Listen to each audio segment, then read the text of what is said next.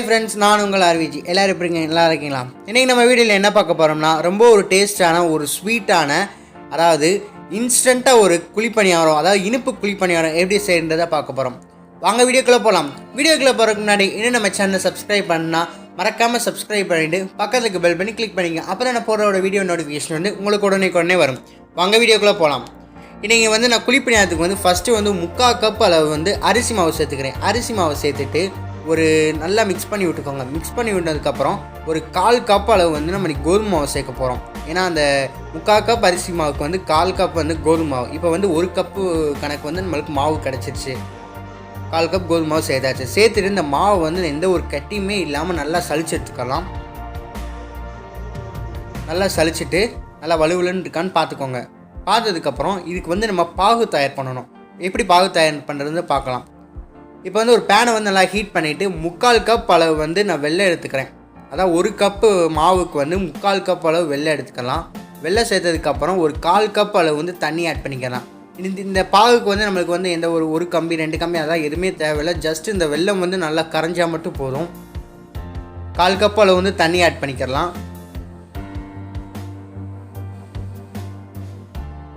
Add பண்ணிவிட்டு நல்லா mix பண்ணி விட்டுருங்க. அந்த வெல்லம் வந்து நல்லா கொதித்து கரையணும். எல்லா வெல்லமும் கரையணும். அந்த அளவுக்கு பார்த்துக்கோங்க. ஃபஸ்ட்டு எப்போயுமே நீங்கள் வந்து பாகு பண்ணி முடிச்சதுக்கப்புறம் அந்த பாகை வந்து வடிகட்டிடுங்க. இல்லை அதில் ஏதாவது தூசி ஏதாவது கல் எல்லாமே இருக்கும், அதனால் வடிகட்டிடுங்க. இப்போ வந்து எல்லா வெல்லமும் நல்லா கரைஞ்சிருச்சு. இதை வந்து நல்லா நான் மிக்ஸ் பண்ணி விட்டுக்கிறேன். பாகு எதுவும் தேவையில்லை, நல்லா கரைஞ்சால் மட்டும் போதும். ஜஸ்ட் ஒரு 2 மினிட்ஸில் வந்து இந்த வெல்லம் வந்து நல்லா கரைஞ்சிரும். அதாவது நீங்கள் தட்டி நல்லா இடிச்சு போட்டிங்கன்னா போட்டுட்டு நல்லா மிக்ஸ் பண்ணி விட்ருங்க. மிக்ஸ் பண்ணதுக்கப்புறம் அந்த மாவு நம்ம சளிச்சு வச்சுருந்தோம்ல, 3/4 கப் அரிசி மாவு 1/4 கப் கோதுமை மாவுன்னு, அந்த மாவு வந்து இதில் போட்டு நல்லா ஆட் பண்ணி நல்லா எந்த ஒரு கட்டியுமே இல்லாமல் இந்த வெள்ளைப்பாகோடு நல்லா சேர்த்து கலந்துக்கலாம்.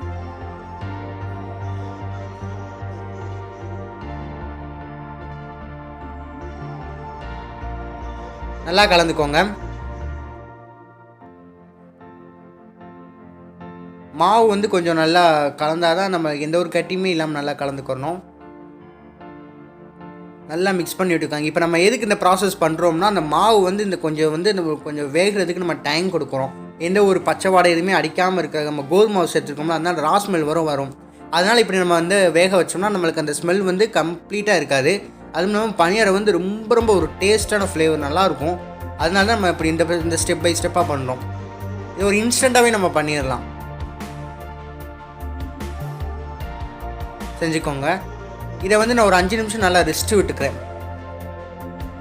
நல்லா ரெஸ்ட்டு விட்டதுக்கப்புறம் ஒரு 5-10 நிமிஷத்தில் வந்து நல்லா கெட்டி ஆயிரும். நான் வந்து அதுலேருந்து ஒரு கொஞ்சமாக ஒரு பாகம் எடுத்துகிட்டு கொஞ்சமாக அதாவது வெதுவெதுப்பான தண்ணியை வந்து ஆட் பண்ணிவிட்டு இதை வந்து மாவு வந்து நல்லா நான் கரைச்சிக்கிறேன் தண்ணியில். ரொம்ப டிஃப்ரெண்ட்டான ஸ்டைலில் தான் இருக்கும். கண்டிப்பாக ட்ரை பண்ணி பாருங்கள்.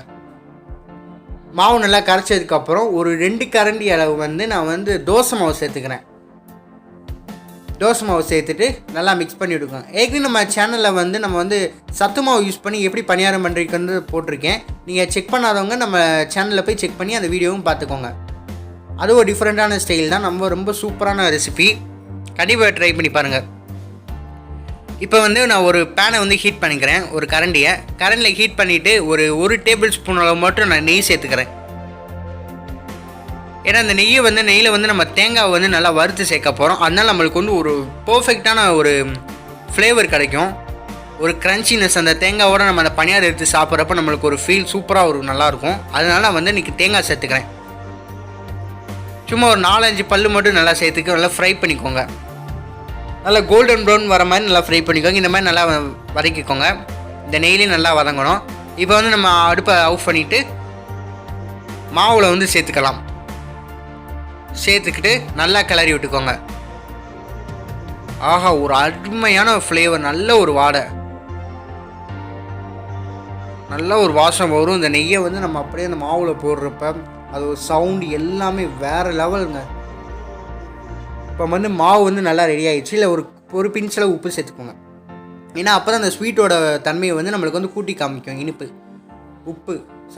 இப்போ வந்து நம்ம குழிப்பணியாரத்துக்கு வந்து பேனை வந்து நல்லா ஹீட் பண்ணிக்கிறலாம். பனியார பேனை ஹீட் பண்ணிவிட்டு ஒரு 1/4 குழி அளவு வந்து எண்ணெய் சேர்த்துக்கலாம். எண்ணெய் சேர்த்துட்டு எண்ணெய் வந்து கொஞ்சம் லைட்டாக ஹீட் ஆகட்டும்.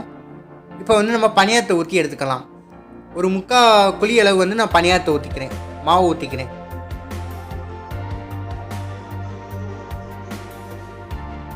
ஒரு இன்ஸ்டண்ட்டான குழி பணியாரம் கண்டிப்பாக வீட்டில் எல்லாம் ட்ரை பண்ணி பாருங்கள்.